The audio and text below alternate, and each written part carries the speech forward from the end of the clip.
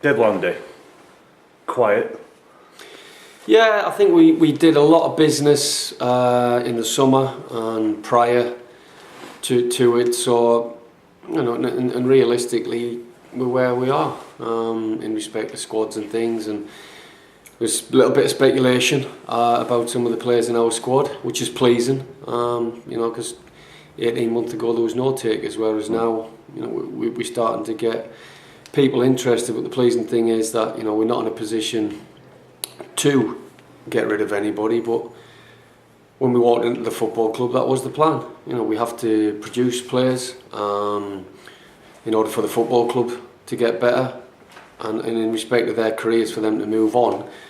You're not going to stand in anybody's way of going higher as long as it's right for Bury Football Club. And players understand that, and certainly that was something that we talked about right from day one of walking back into the building. Having seen how the structure of the football club was previously, you had to get rid of a player to balance the books, whereas now we developing players to make the club stronger in progressing going forward. Any sniffs either in or out? Nothing majorly concrete. I think, as I say, people are monitoring it. It's like anything, and even in respect of our players, they're probably still developing, and people will keep an eye on them to see how they evolve across the season. And whether they can handle it in high divisions or whether the club moves on. So the pleasing thing is the players don't want to go. They're happy here, but there does come a time when you've got to be a realist and think, well, it's time for you to move on, because it's right for you and it's right for the club. And the key is being ahead of the game. If you watch any good teams evolve, their actual strategy and a management strategy from the top to the bottom is you've got the ready-made replacement coming in before you let that other one move on, and we're not quite there yet. One definitely was Shwan Jalal. Was that injury at Bolton? Was that his downfall? Potentially. He was brought in as a number one, and then Rob's form certainly made him challenge to be the number one, and sort of us seeing how Rob's emerging and developing give us a quandary, but also the fact that we did get this opportunity of getting Nick Pope in, it stopped Shwan being involved within the first team, and it was only fair to him and only fair to the football club that you drew a line in the sand, and it allows his career to move on, because we're more than happy getting Nick, and now Rob's back fit and training after his operation, so you can't carry three keepers within a squad, and the emergence of Jack Ruddy within the youth team has been an added bonus as well. So as I say, we're doing things right in respect of the development, and unfortunately Shwan's just been a victim of that. We've heard it said many times, we're always looking for players. Somebody like Nick Pope becomes available, you're going to jump. Absolutely. I mean, that's what we do. It's we're out a lot and we're covering games, and we're constantly monitoring people. It's as I say, for all the transfer deadlines quiet, it doesn't mean that we were asking polite inquiries and trying to make things happen within reason, but it's pointless just bringing bodies in for the sake of bringing bodies in. That's back to the old days. Absolutely, and also it does block the pathway. We have got youngsters who are progressing to get onto the bench when they get pitch time. As the season pans out, sometimes that does dictate, but there has to be a pathway. If that's blocked by bringing in players who are blocking the pathway, they're not going to develop. They're not going to get into the first team environment, and you've got 12 months of stalling, and at that age, 12 months of stalling can actually hinder them having a career. Deadline day, what do you make of all the TV coverage? 3 TV stations with 24-hour I think this time potentially it just lost its little bit of gloss. Now whether that's because there wasn't a lot of activity, but it's been quite good watching of recent windows. But I think just this time, I think because there wasn't a lot of activity, it does make it more difficult for them. So from a media perspective, I think they did struggle a wee bit, but it doesn't affect the lower leagues to a point, because the transfer window does come back in respect of loans. But certainly the big boys, that's it. It's close of play, so they must all be happy with what squads they've got. Ryan Law back around the club. How is he? How far? Yeah, good. He's as I say, he's been away from the club for a wee bit and refreshed. And you know, with an injury like that, once you know that it does in reality need a shutdown for a week or 2 weeks before you can progress with his rehab, you know, it's done him good. Spend a bit of time with his family, but it's also pleasing for us when he does come bouncing back in that, you know, you've got him back in and amongst the squad, and gives everybody a lift, because he was in good form, you know, when he went out the team, and I think he'd be invaluable on the run-in. Send Keel back on the bench. What about Pabs? How far is he away? Hopefully Pabs should be close to training. He's almost come through everything that's asked, and it's certainly something that the medical staff sort of try and pride themselves on, that they do everything that would be required of them in a first team match environment before they come back into full training, and you know, in order to be involved within the first team squad and available for selection. So he's not a million miles off. He had a little bit of a minor setback in the middle of it, but you know, everything seems all right at the moment. All this shifting of training grounds. Platt Lane today, so you got a 20-mile round trip through the traffic. If it's not the weather beating you, or the fact the pitches are frozen, the pitches are wet through, it's the traffic. Yeah, it's a tough time at this stage of the season, but it's something that we've planned for, and something that, you know, having come back to the football club, the only training facility is low gig. With the way the weather is, obviously you can't use low gig. So we've, again, over 18 months, evolved into taking the hub from the ground to another training facility. Thankfully, due to the contracts from the chairman through to ourselves as management staff, we allowed to use other people's training facilities.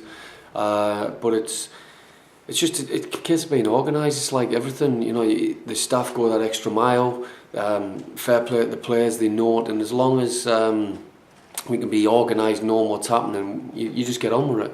You know, we're not some people like going to come in and mourn and sulk. It just does make it a little bit more difficult, but if you don't get the training facility, you can't do the work on the ground, and that's what we're key. You know, you have to do the hard miles on the training ground in order to get, as has been proven with, you know, the form of a lot of the younger players. You know, you can see your Danny Mayers, your Nathan Camerons, and players of this ilk who were here last year. They're a better player than what they were 12 months. If we were lazy and just said, well, no, we'll just have an indoor session or we'll have a day off, well, they don't progress. They miss 24 hours training, and you know, any hour of development is an hour missed. 5 youngsters given a contract. Does that suggest a bigger squad next season, or are they actually going to be used? I think it suggests a stronger squad, because then you can dip in and use them. You know, when we came in, unfortunately, there wasn't a great array of the youth team that we could have dipped into, but certainly haven't spent a lot of time with seeing the 16s of last year and the first year scholars, which are now second and first respectively. They've spent time in all departments as well as with the first team, and you know, they've got a good teacher in Ryan Kidd now, who he knows when it's right to pass them on. When we do go to them and say, look, this is the training schedule, this is what we need, this is what players, he's putting them in knowing that they're going to be up to what we expect. So, you know, the physicality they've got better, the mental aspect they've got better, and I'm excited next season, because actually you know you're trusting them to go on the bench, but not just sit on the bench. You're actually trusting them to put them on the pitch, and there will come a time when we're trusting them on the pitch, and there will be a starter. You know, as you saw, circumstances dictated that we weren't scared to put in 3 lads last year, and they made the debuts, and it's no different now. You know, there'll be a stage when you've got to throw them in, and if you don't throw them in and see how they do, again, you are preventing the development. But there's some good talent, and the pleasing thing is now people are coming back to us to try and sign for Bury. We're not chasing, we're not poaching. People are now coming to us. They can see what we're trying to do, and they see that there's a pathway into the first team and having a career. How far they go with this career? Is it down to them, or is it down to you? Is it a bit of both? A little bit of both. I mean, we have to get it right and not neglect it. But like anything, it's a lot comes from within. You ask any player, and you've got to have that magic spark. we'll ask you to do something. The ones that are good, the ones who ask the questions, the ones who pull you as a coach and say, can I do this a little bit extra? Or they ask a lot of questions. That's when you know we got someone special here. And that's what they've got to continue doing right the way through your career. Keep asking questions, keep learning, keep wanting to be better. Because the second you don't, it quickly catches up with you, and you've got to realise, well, I'm 24 now, I'm not that youngster, but this youngster's coming. How do I keep that youngster from getting my shirt? Once you've got that kind of environment, it can only get better. The gaffer, last couple of games, he's ditched the tracksuit. Is he trying to compete with Paul Tisdale now? He'll do well to compete with Paul. He's probably the smartest one out there. No, I think it's just a conscious effort, as I say, and when you stood on the sidelines, that's what you're there, you manage and coach, and the prep work's done. You see him getting his hands dirty on the training ground every day, and at the academy on the night. So, when it comes to then, it's his time to step forward and trust it. He doesn't need to be doing anything on the pitch. His mindset's off it. It's the magic grey matter that's working within the brain on that day in order to challenge it. So it's nothing different. It's nothing that he's looked at. It's just something that he's comfortable with, and I think that's what you see evolve as a manager. You realise, right, match days, it's a different environment to a training day. And in a lot of respects, you see a lot of the Premier boys wearing suits and stood there, and it's the involvement of the manager. He's understanding now of what his match day experience is as a manager, and credit to him, he's understanding what will make him better as in long term and short term as a manager. Speaking of Exeter, Paul Tisdale link there. What do we know? How do we get past him? How do we beat him? Fantastic model that they have at Exeter. I mean, I spent time down there at Torquay and time at Exeter and time with Paul and Steve Perryman, and a lot of hours gone in, but what they've done is they've got it right, they develop, they sell, they've made the club stronger. Had a little bit of a bad season financially, but it was just the case of the lack of finances coming in. It wasn't their fault, but they rode through it, still stuck to his beliefs and not changed it. And they've been accredited with it on the pitch. I think when they have stepped up, I think they've realised you're going to League One, it's a whole different environment. You're challenging against a host of potential championship clubs, and it's very, very difficult. But he's got the model right. They do play football the right way. It was a fantastic game of football down there, and I'm expecting the same. So even when we spoke afterwards, as a coach, you enjoy the game, but ultimately we'll be going at it to win. We were unfortunate down there, and he shook our hands and sort of said, I thought you were going to do us, and we got done later on. But we're at the business end of the table where results are starting to matter, and thankfully our form has picked up, so we're approaching it in the same manner that we have done, and we're back on our patch, so you'll be expecting a tough game. Patch being the right word at the moment. Yeah, as I say, and hopefully in the madness of the weather it might firm things up.